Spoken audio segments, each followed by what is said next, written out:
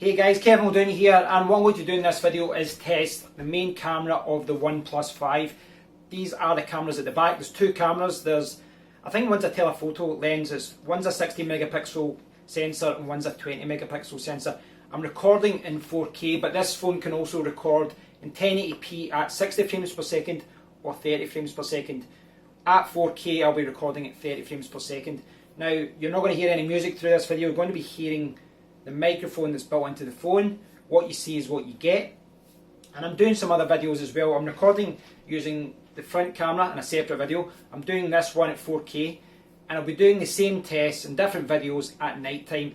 And through these tests we'll hopefully see how the microphones perform inside and outside, and we'll see how the sensors at the front and the back, how they perform at night time, and it'll help us give a better picture on how this performs for video recording. Now, from a photography point of view, this phone is producing lots of great photos. It's got a depth effect feature that allows you to do kind of like bokeh effects, and it's got a portrait mode as well, which is better if you're taking photos of friends. So there are some cool features on it, but I will be focusing mainly on the video recording in these clips. So I'll just take us up just now. Now obviously it's not a selfie camera, so I can't see where it's facing, so hopefully I'm in the shot. I just want to spin it around a little bit if you're moving around. I don't think it would be vlogging this way because you can't see what's in the shot. But what I like to do now, sit you down for a second, what I like to do now is go out into my car, and we'll take some footage in the car to show you what the noise and what the footage will be like in the car, and then I'll go outside up to somewhere in nature, and yeah, we'll test what it's like outside. I'll do some walking around, and I'll try and do some where I'm stationary, and we can see what the footage is like. So let's get to it.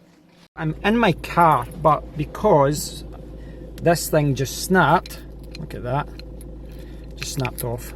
So I can't use that, so I can't drive and show you footage, but I'm sitting in my car, the engine is on, and if I keep talking you can hear that I'm revving the engine, and this car's going by. So this should give you an idea of what you would expect to see if you were vlogging in the car using 4K from the main camera. It's disappointing I can't show you me driving, but this will have to do until the next time I get a phone. I'll hopefully have a better solution.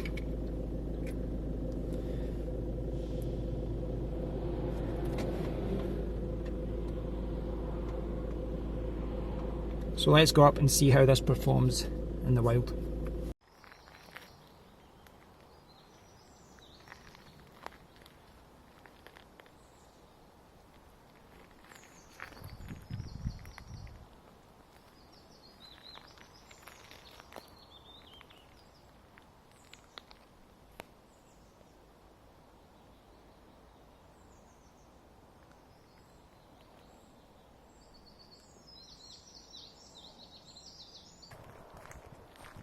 So I'm just walking quite a quiet area. You will hear noise from the wind, from birds, and of course from myself. Now, on my HTC U11 you can record 4K footage for 6 minutes. The limit on the OnePlus 5 is 10 minutes. Gives you a warning when you start recording that footage for UHD is only for 10 minutes. So I'll just zoom in. It's 8 times magnification, 3.3 times, and then back to normal.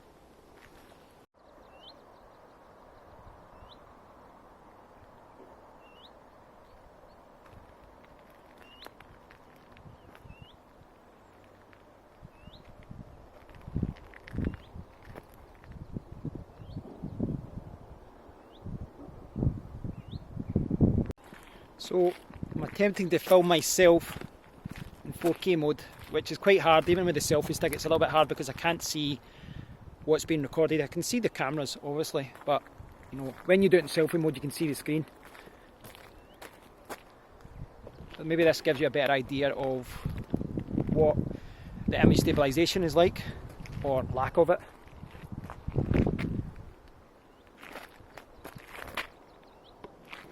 Spin it back round.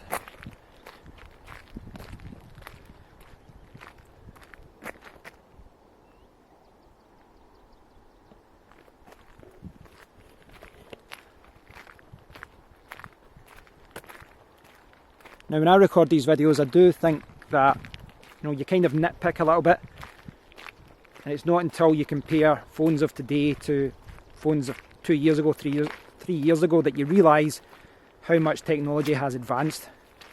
So I'm quite keen to see how things develop over the next few years, and maybe you'll never have to buy a dedicated camera again because your smartphone does it so well. If you ever come to Scotland, watch out for these nettles. They sting like an absolute mother. Stay away from them. Or you need to get what's called a doki leaf, which should be around here, that kind of takes the pain away. Those are the devil.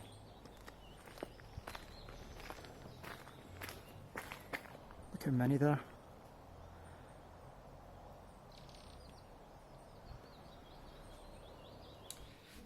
So guys, I hope you've enjoyed the clips of the main camera, or the main cameras of the OnePlus 5, because at the back of the OnePlus 5 there is a 16 megapixel sensor and a 20 megapixel sensor.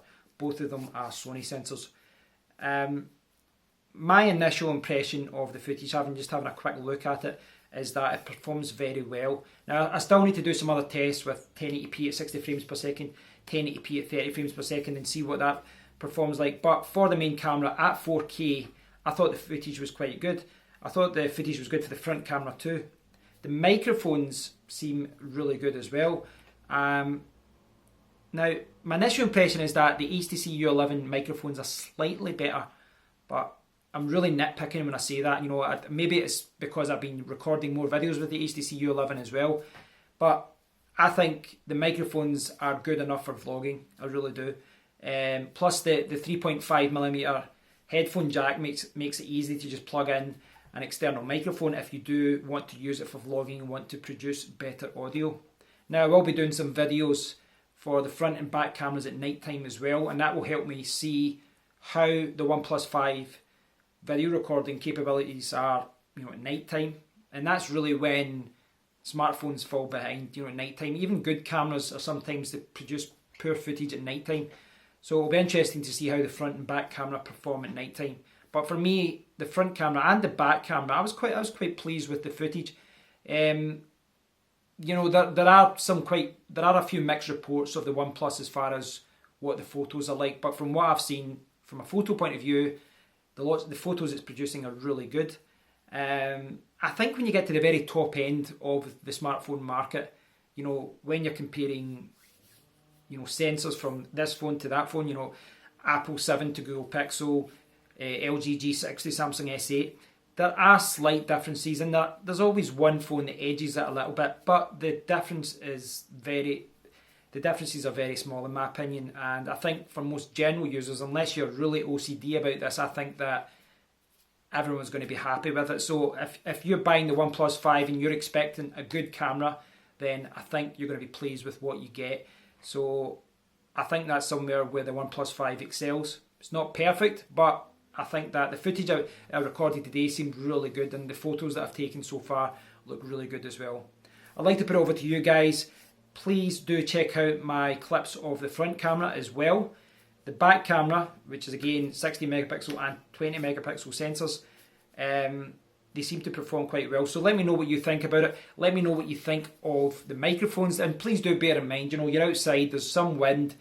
That is to be expected. It's something you'll get with any camera, and that's why professional recording equipment normally has like a dead kitten to reduce wind noise. For a smartphone, I didn't think the wind noise was too bad. So let me know what you think in the comment area, guys, and I'd love to hear what you say about it. And until next time, thanks for watching.